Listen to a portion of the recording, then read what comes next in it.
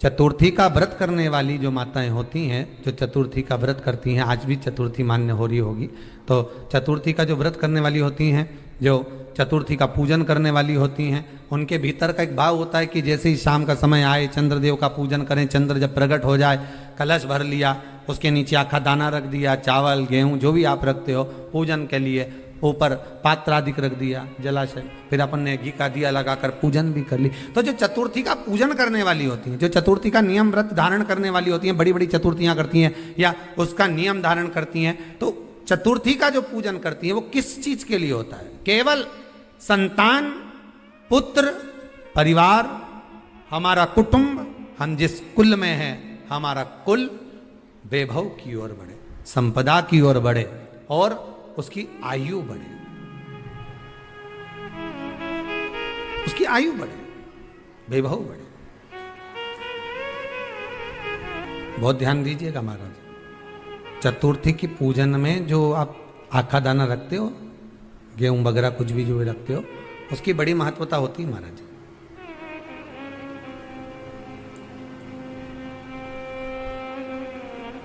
यहां तक कहा गया है, चतुर्थी की कथा तो आप लोग पढ़ते होंगे, जो लोग पढ़ते हैं उनको मालूम होगा, चतुर्थी की कथा में लिखा है, चौथ माता के व्रत में वर्णन किया गया है कि वो आखा दाना जो रखा जाता है, मान लो कोई जरूरी काम होता है तभी आखा दाना को रखा जाता है, संभाल के रखते हैं कि हम इस काम के लिए जा रहे हैं और हमारा ये कार्य सफल होना चाहिए। तो जिसने चतुर्थी का व्रत करा है, जिसने चंद्रदेव का पूजन करा, चतुर्थी का व्रत करा, वो गणेश जी से विनती करके वहां से 2-4 आखा दाना उठा ले, और जो व्यक्ति का काम अटक रहा है अपने ही घर का, पर दूसरे कुल को नहीं देना, अपने ही कुल के अंतर्गत जो काम अटक रहा है उसकी जेब में, उसके पल्लू में उस चीज को रख दिया जाए। तो चतुर्थी जो अगली आती है, जैसे आप महीने की करते हो तो महीने की, और आप जैसे करते हो कि 4 अलग बड़ी बड़ी चतुर्थी करते हो, तो उसके अनुसार आपका कार्य सिद्ध होता ही है। उस आखे दाने का इतना महत्व होता है क्योंकि चतुर्थी का व्रत करने वाली माता जब व्रत करती है तो स्वयं चतुर्थी की कथा में लिखा हुआ है कि पार्वती जी गणेश जी से चतुर्थी की कथा बचवाती। चतुर्थी की कथा बाची किसने थी? स्वयं गणेश जी महाराज ने। और सुनी किसने थी? माता पार्वती। बाचने वाले गणेश जी थे, सुनने वाली माता पार्वती थी। तो चतुर्थी की कथा जब होती है तो उसको स्वयं गणेश जी बाच रहे हैं, तो व्रत कौन सुन रही है? माता पार्वती। और आपने जो आखा दाना लिया वो गणेश जी के भाव से लिया, गणेश जी से निवेदन करके, विनय करके, प्रार्थना कर उसको प्राप्त किया, आपने उसको लिया।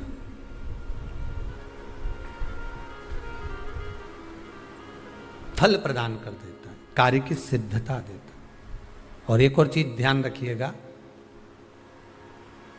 जिसको पथरी की बीमारी हो या किडनी लीवर में कोई तकलीफ उत्पन्न हो जाती है, डायलिसिस चल रहा हो या डॉक्टर बोल रहे हो कि चेंज करना पड़ेगा, तो उसके पहले कोई सी भी 4 चतुर्थी, कोई सी भी 4 चतुर्थी, सफेद दुर्वा, जब गणेश शिव महापुराण की कथा बाची थी पिछले वर्ष की, शायद हमारे चैनल पर डली होगी, आप जब जाएंगे तो उसमें प्राप्त होगा। तो सफेद दुर्वा, और दुर्वा का भी वर्णन करा था कि दुर्वा कहां से उत्पन्न हुई थी, दुबा का भी व्याख्यान वर्णन करा था कि दुबा का महत्व क्या है, इसको अमृत क्यों कहते हैं, उसका भी वर्णन करा गया था कि सारे पेड़ पौधों को काट कर पटक दो, वो सूख जाते हैं, पर दुर्वा को भले काट लिया, 1 साल बाद वापिस ले जाकर डाल दो और पानी के अंदर दुर्वा हरी हो जाती है, अमृत कहते हैं उसको। तो उसमें सफेद दुर्वा, जिसका किडनी लीवर का प्रॉब्लम होता हो, उसको सफेद दुर्वा बाल चंद्र का स्मरण कर कर 7 बार घुमाकर वो सफेद दुर्वा सुबह के समय खाली पेट थोड़ी सी दुर्वा का भाग दांतों से चबा चबा कर उसको निगल लेना चाहिए। पथरी होती है तो 15 से 20 दिन में वो बाहर निकल जाती है, किस मार्ग से निकले, यूरिन आदि के माध्यम से वो बाहर हो जाती है। और अगर किडनी लीवर की प्रॉब्लम होती है, डायलिसिस चल रहा होता है, तो उसमें भी आपको सुख की प्राप्ति होती है। हफ्ते में अगर 2 डायलिसिस हो रहे हैं तो हो सकता है बाबा चाहेगा विश्वनाथ तो 1 कर देगा, धीरे धीरे उसको फिर 4 चतुर्थी कर लीजिए। सफेद दुर्वा का स्मरण। सफेद दुर्वा कहां मिलती है?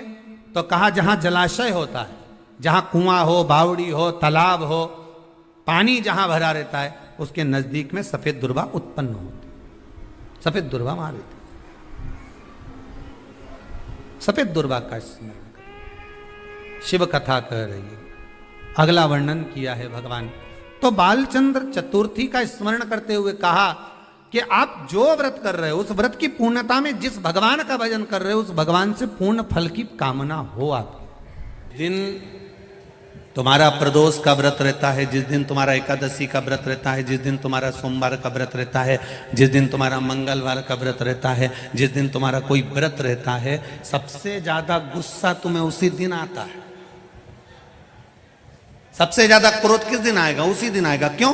क्योंकि तुमने जो व्रत करा उस व्रत में तुम्हारे मुख से ऐसा शब्द निकलना चाहिए, ऐसा शब्द निकलना चाहिए जिसके कारण तुम्हारा करा हुआ सारा व्रत बस गलत बोलने से, आड़ा टेढ़ा बोलने से, अपशब्द बोलने से वो व्रत पूरा की पूरा खंडित हो जाए, पूरा खंडित।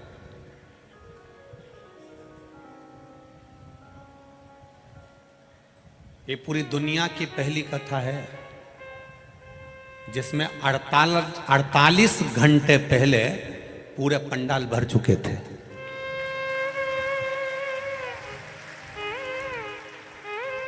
ये दुनिया की पहली कथा है, इतने बड़े बड़े पंडाल 48 घंटे पहले भर चुके थे। और कई कई मैडम हो नवाएंगी खजूर वाली चोटी कर करके और कहेंगी हमको आगे बैठने दो, तुम हमें पहचानते नहीं हो। तो मेरा निवेदन है, हम किसी को नहीं जानते, हम सब इकट्ठे और महाकाल के पट्टे हैं। बस बहुत सारे आएंगे, आग दिखाएंगे, तुमसे कहेंगे तुम बाद में मिल लेना, तो कह देना जिसने कहा बाद में मिल लेंगे, हम उनसे बाद में, हम क्या मिलेंगे, महाकाल राजा मिलेगा। आपसे निवेदन है, विचार करना, ये 48 घंटे से बैठे हैं। कितने घंटे से? 48 घंटे से आस लगा के बैठे हैं। 2 दिन हो गए इनको ऐसा कैसा डेरा जमाए हुए, ऐसी कैसे बैठे हुए, बस एक आस लेके बैठे हैं, 1 बजेगी 4 बजे तक कथा मिलेगी, वहीं खा रहे, वहीं रह रहे। भक्त लोग सेवा में लगे, कोई केला बांट रहा, कोई बॉटल बांट रहा, पानी दे रहा, कोई कुछ लिया कर दे रहा, कोई बिस्कुट दे रहा, अपनी जगह पर 48 घंटे से बैठकर कथा का इंतजार कर रहे हैं। और तुम 2 मिनट में न लाइन खींच के, न डब्बा भर के, ने धागा से नुच बई के तुरंत जाके बैठ जाओ। नहीं, कथा में हम आगे बैठे तो फिर तुम सोचो कि महाकाल राजा है, वो साधारण नहीं, न्याय बहुत प्रबल करता है, उसको तुमने अभी जाना नहीं है। बहुत करो भजन, स्मरण करिए, भक्ति करिए, नाम जाप करिए, नाम कीर्तन करिए, मंत्र जाप करिए, भगवान की भजन करिए। अवंतिका नगरी में जितने दिन रहो, उज्जैन की नगरी में जितने दिन रहो, जितने दिन महादेव की पावन धरा पर, कंकर शंकर की भूमि पर रहो, 84 महादेव की धरा पर रहो, अवंतिकापुरी में जितने दिन रहो, काल भैरव की धरा पर, मां हरसिद्धि की धरा पर, चिंतामन गणेश की धरा पर जितने दिन निवास करो, उतने दिन तुम्हारे मुख से श्री शिवाय नमस्तुभ्यम निकलना चाहिए। पल पल में जपना, पल पल में भजन करना।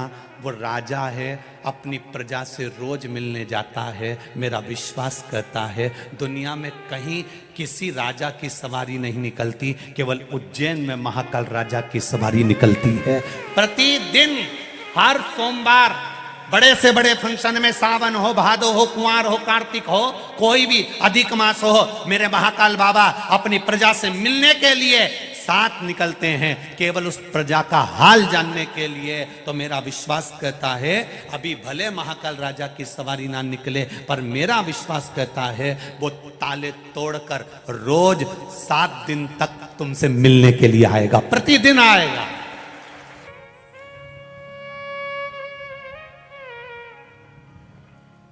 पुजारी